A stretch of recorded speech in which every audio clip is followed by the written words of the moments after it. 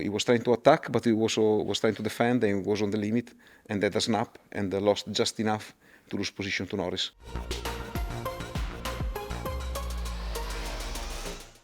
Hi everyone, I'm Olivia, and this week I'm joined by Simone answering your biggest questions from the Qatar Grand Prix on this week's Akkodis Debrief. But there's more. We are then joined by our F1 Academy champion, Doriane Pin, and our reserve driver, Vesti, as he talks all things simulator related. This is definitely an episode you don't want to miss. Simone, it was a bit of a mixed bag for us in Qatar. How was the weekend like from your perspective? Overall, we were quite pleased with the car performance. We had quite a strong quali and also strong sprint race. And in terms of, again, main quali, we were able to confirm our competitiveness very close to the top, but we lost some pace during the race and lost some points we were hoping to score. So overall, mixed feeling, quite strong in the sprint events, a bit less so in the final race. A challenging race for us, but let's break down George's side first. He was complaining about some steering issues again in this race. Was that at all connected to what we had experienced in Las Vegas? The issues in Qatar and Las Vegas were quite different. In Las Vegas, we experienced some issue with the power steering interacting with some of the components close to it. Instead, here in Qatar, it was mainly an observation about the feeling he had. Qatar is characterized by very high-speed corners, so a lot of heavy loading onto the steering. And George felt some asymmetry in the steering response, but he got used to it, and at the end he was fine this weekend, so no other issues. What happened with George at the start of the race? Well, we were a bit scared about the grip level in starting on the position 4, because we could expect that line not to be as clean as the main clean line, all the position 1, 3 and 5. On top of it, George had some wheel spin, and we lost a position to Kimi in the phase of the start.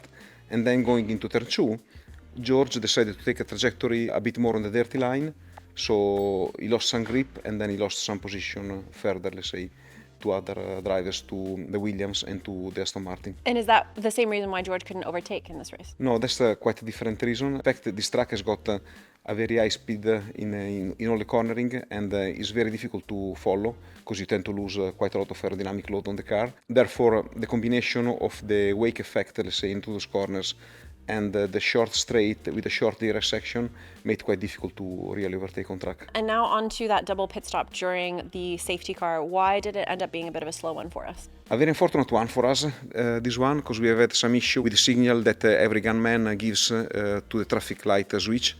So therefore we lost some second with Kimi and lost position to Williams. And so therefore we slowed down George as well, who lost again position to the other drivers. So a bit of an unfortunate one, but we were working to have a clean one in Abu Dhabi. And on to Kimi. Why did he end up losing P4 in the last few laps of the race? Kimi was driving quite on the limit. He was on a longer stint than Norris behind. And also he was trying to catch up Sainz ahead. He was entering into the DRS zone. And so very close to Sainz, and like I said before, losing quite a bit of an aerodynamic load with the wake effect. So he was trying to attack, but he also was trying to defend and was on the limit and had a snap and lost just enough to lose position to Norris. Now, we did see that moment generate some online abuse that was directed at Kimi. How disappointing was that for you to see? For me, but for us, for all the team, it's quite disappointing, and we take online abuse very seriously. With the communication team, there's a lot of work on tools and platform to create a safe area for the fans to interact with the team. On top of it, it was great to see on Monday a statement from Red Bull stating their position, and we really appreciated this one. Overall, the Kimi, the engineers, the team, we were all working very united to maximize our potential in Abu Dhabi and get the best possible result out there, aiming to achieve our objective, which is to finish P2 in the constructors classification. Hopefully he can focus on the final race then. And how is the team feeling as we're approaching the final race of the season, especially after an unexpected result in Qatar? Overall, we are quite pleased with our competitiveness in the last races. We've been having a very good performance with the car, and sometimes we've been able to score an ideal result, sometimes less, like in this weekend we achieved a bit less than we hoped for, but we are very positive in giving our best to Abu Dhabi and secure our P2 in the Constructor Championship. Oh, amazing. Well, listen, Simone, thank you so much for joining us. I know we'll all be excited to be watching the finale in Abu Dhabi. Thank you.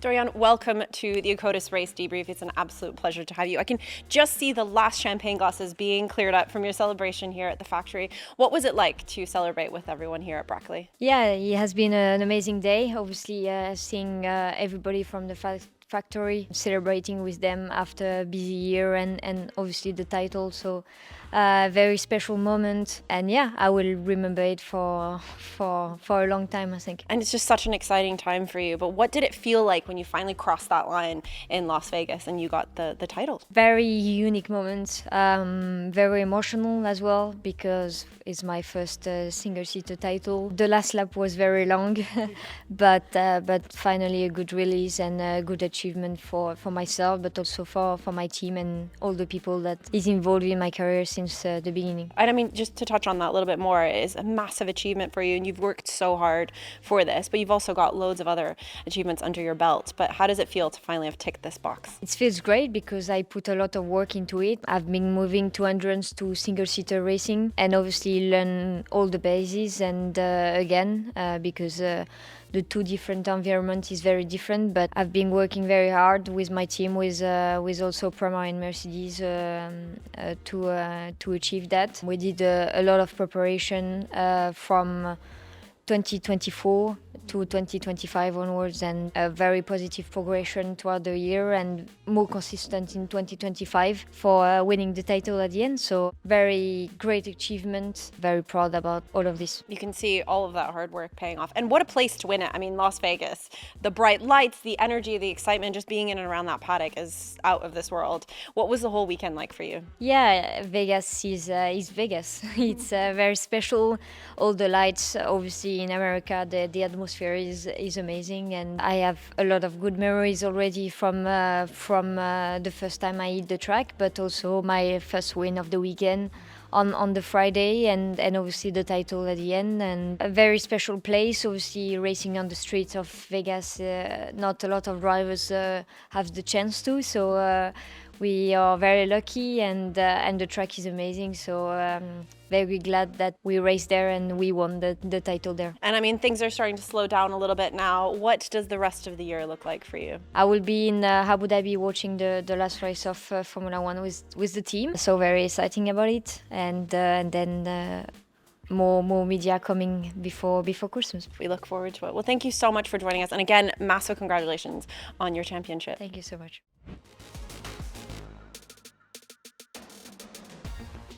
Fred, thank you so much for joining us on the Akkodis Debrief. I know you've just stepped out of the simulator for us, and you were also in the sim over the Qatar Grand Prix weekend. How was that for you? Well, that was an exciting overnight session. I usually really like the overnight work during the race weekends because we get to do work with the team live. We support them using some of the data that they gather on Friday. And then we work all night Friday. When they wake up Saturday morning, they have a report from us suggesting different setups and how they can move forward for, improving performance throughout the weekend. So it's quite exciting. And how close is the simulator to the real car then? Is it similar to it? I know that you get to drive the W16 and free practice sessions throughout the year. So is it comparable? Yeah, it's amazing how close it actually is, because we try to correlate everything. So the steering feeling, the brakes, we're even set in a monocoque chassis like the F1 car. We have the halo. But what really is important is the data matches, because we can do all the work in the world. If we're doing the wrong thing, we're not making any progress. So we spent hours of correlating to the real car. So we were correlating George's lap from sprint quali, and I had his setup, his steering wheel settings, everything, and tried to drive like him, watching the onboard as well. And like that, we make sure everything is the same. And only then, couple of hours later, we start working on the setup. So it's usually quite a long night. And so what exactly are you doing in the simulator? What's the work that you're focusing on? Is it just that setup that you mentioned? So it can be anything, like Kimi or George might have a question that we can answer, like gear selection. The engineers might have questions, but yeah, mainly it's about performance and trying to find that last tenth or two to get them doing pole position and winning races. It's a really rewarding feeling when you've been working all night. You wake up Saturday morning and you can see performance in the car. That makes it really fun. Now, you had a pretty busy weekend before Qatar as well. You were in Las Vegas before that. How did you find Vegas? Vegas was my first time, and it's incredible the show they're putting on in Vegas. I was a bit skeptical arriving. Obviously, Formula One usually have the historical tracks, but a brand new track like Vegas was really exciting, and I loved being there. Watching the race, qualifying in the wet was I think the most exciting part. Yeah, it's not every day you get to see wet tires out on a Las Vegas track, is it? Now, what's next for you? Are you going to be back in the sim while we're in Abu Dhabi? I'll be in the sim the next 3 days in a row, and then I'll be traveling to Abu Dhabi to join the team on race day, and then I'll be driving the car Tuesday, which is really exciting. Getting to drive the sim is great, but obviously the reward is getting to drive the real car. That's best time of the year, especially in Abu Dhabi. It's a great track. I usually get a lot of tires and a lot of testing with the team. So even though the focus is on 26 already, that test still means a lot to the team and to me as well for my development. The focus mainly will be to correlate to the simulator, so we make sure we're doing the right thing going into next year as well.